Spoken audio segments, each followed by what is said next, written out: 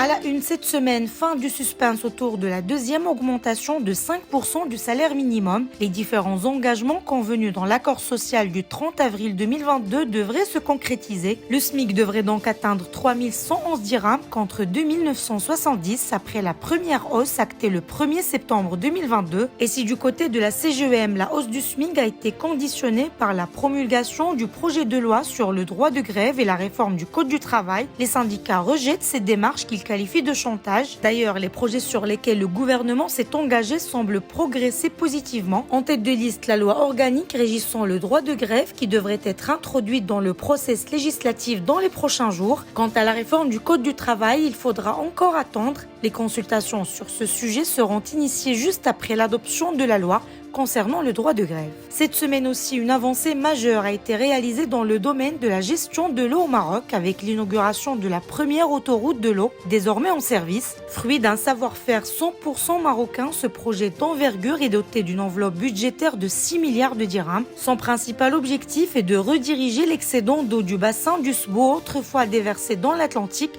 vers le bassin du Bourgleg. L'enjeu est de garantir un approvisionnement régulier en eau potable pour l'axe Rabat-Casablanca, desservant une population estimée à 12 millions d'habitants. Après les premiers essais, le débit de cette autoroute aquatique devrait augmenter progressivement, atteignant 15 mètres cubes par seconde d'ici fin octobre. Au Maroc, toujours un tragique incident a eu lieu en mer, précisément à Saïdia. Alors que 4 franco-marocains profitaient d'une sortie en jet ski, ils se sont retrouvés dans une zone maritime algérienne et ont été pris pour cible par les gardes-côtes du voisin de l'Est. 2 d'entre eux ont été tués sur le champ suite à une rafale de balles. Un autre a été blessé par balle et son jet ski a été percuté par le Zodiac des gardes-côtes. Il a été capturé et il est actuellement détenu en Algérie. Heureusement, le 4e a pu échapper à cette tragédie en nageant jusqu'à la côte marocaine. En réaction, le parquet de Oujda a ordonné l'ouverture d'une enquête approfondie.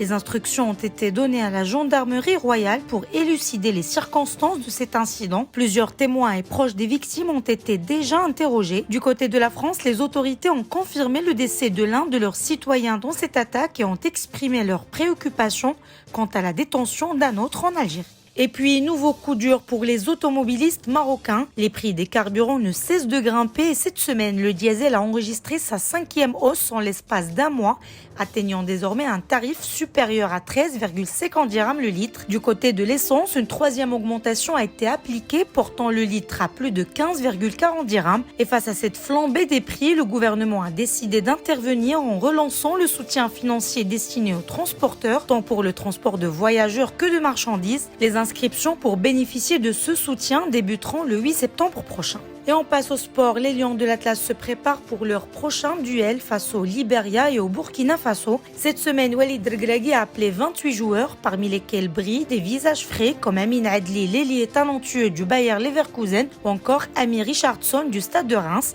Dans cette liste, des absences font parler, comme celle de Hakim Ziyech, transféré récemment à Galatasaray. On note aussi le grand retour d'Amin Harit.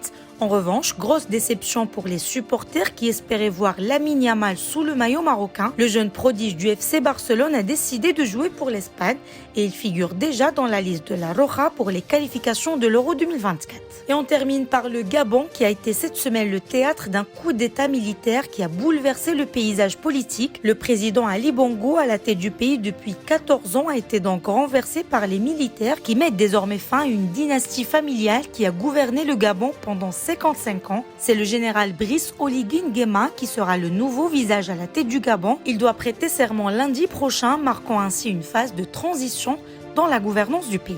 Plus d'informations sur lebrief.ma.